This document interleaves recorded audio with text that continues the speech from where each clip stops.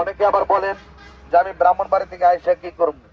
আমি এখানে এসে শুনেছি অনেকে আমাদের মোমবাতি এজেন্টদেরকে হুমকি দেওয়া হচ্ছে, পোস্টার ব্যানার ফেস্টুন নাকি ছিঁড়ে ফেলা হয়েছে।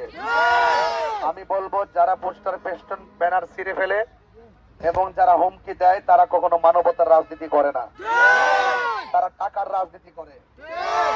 মনে হয় এলাকার কিছু পাতি নেতা আছে বান্ডেল খায় লেছে, মনে কি খায় লেছে, বান্ডেল খায় লেছে। এই গণজোয়ার দেখে মনে হয় আর সহ্য হইতেছে না। টাকা নয়, ভালোবাসা দিয়ে রাজনীতি করুন। টাকার জোর সামনে আসলে সালাম দেয়, পিছনে গেলে গালি দেয়। এবং ওই রাজনীতি করেন যে আপনি চলে যাওয়ার পরে যেন মানুষ আপনাকে স্মরণ করে। এই জন্য দাম্ভিকতা অহংকার দেখিয়ে রাজনীতি করবেন না। আর এই এলাকায় শিবপুরবাসীর কাছে বলতে চাই, আপনারা নির্বিঘ্নে মোমবাতির প্রচার প্রসার করুন এবং আপনারা সবার কাছে ভোট চান। এজেন্ট কেন্দ্রে আপনারা এজেন্ট হবেন এবং সাদা কাগজে সিগনেচার করবেন না।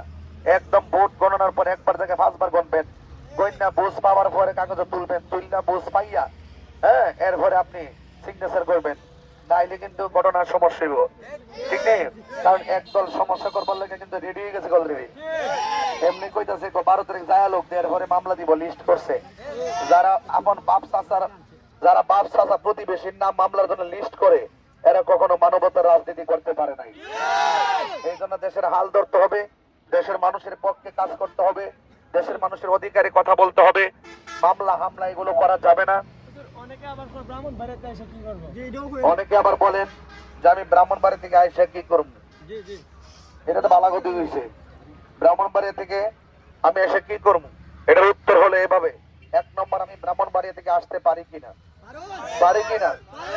এটা কি গায়ের জোরে না সংবিধানে?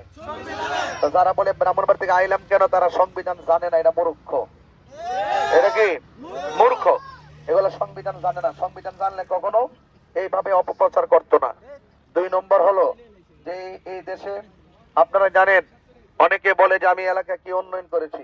এরা এমন ভাবে বলে মনে হয় যেন আমি 5 বছর স্বরাষ্ট্র মন্ত্রী ছিলাম। এখন আমার এই কথা স্পষ্ট না কইরা বিগত দিনে যারা এই প্রতিনিধি ছিল, এখনো যারা আছে, এদেরকে জিজ্ঞাসা করেন। আজকে বাঙ্গাসোরা দিকে আসলাম, রাস্তা মনে হয়েছে ইউরোপের মতো, এমন ভাঙ্গা, এত কষ্ট। মানুষ কেমনে, অনেক মানুষ বলছে যে ডেলিভারি কেসে মহিলারা যখন প্রসব ব্যথায় থাকে, তখন তার রাস্তার কারণে অনেক ডেলিভারি কেসের মহিলারাও মারা গেছে। এই জন্য এখনো পর্যন্ত এই রাস্তা দেখতে হবে, এটা যেন প্রস্তুত ছিলাম না। তবে আমি কথা দিয়া যাই, ইনশাল্লাহ যারা বলছে আমি কি করেছি, একটা মানুষ যখন ক্ষমতা পায়, রাষ্ট্রের প্রতিনিধি হয়, তখন তার কিছু করার সুযোগ থাকে, ঠিক না বেটি? আমাকে আপনারা বানাই দিন। যারা এরকম অপপ্রচার করছে, বাজে কথাগুলা বলছে, আমি যেন তাদেরকে জানান দিতে পারি যে ইনশাল্লাহ আপনাদের দোয়া সমর্থন এবং ভোটে যদি আমি নির্বাচিত হতে পারি, এমন কিছু করে দিয়ে যাব এই মাধবপুর সোনারঘাটের জন্য, যেন আমি মরে যাওয়ার পর আপনারা বুক খুলে বলতে পারেন যে আমাদের তাহির হুজুর কইরা দিয়ে গেছে। এই বিশ্বাস আপনাদের আসেনি? তারা ক্ষমতা তাইবার আগে আইলে মামলা দিব, তাইলে বুঝা গেলে এর হলো সবচেয়ে বড় ফেসিবাদ। কথা কোন ঠিক না বেটি? ক্ষমতা আইবার আগে যারা মামলার পথ পাচ্ছে না, এরা কি রাজনীতিবিদ হইতে পারে? এই জন্য সাধারণ জনতা, আপনারা যারা যুবক ভাইরা আছেন, সবাই ঐক্যবদ্ধ থাকবেন। ঐক্যবদ্ধ থেকে যার যার ভোটাধিকার প্রয়োগ করবেন। সুষ্ঠু, শান্তি, অবাধ, নিরপেক্ষ অংশগ্রহণমূলক নির্বাচনের মাধ্যমে এবারে ত্রয়োদশ জাতীয় সংসদ নির্বাচন হোক, আকাঙ্ক্ষার জাতীয় সংসদ নির্বাচন হোক অত্যন্ত প্রত্যাশার।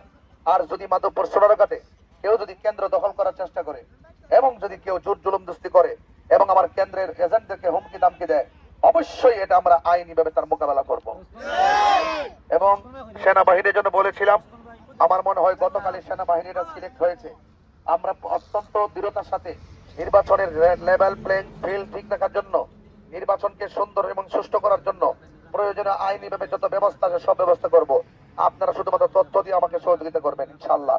সবাই ভালো থাকবেন, সুস্থ থাকবেন। জয় হোক মেহনতি মানুষের, জয় হোক চা শ্রমিকদের, জয় হোক মেহনতি মানুষের, জয় হোক মোমবাতি প্রতীকের।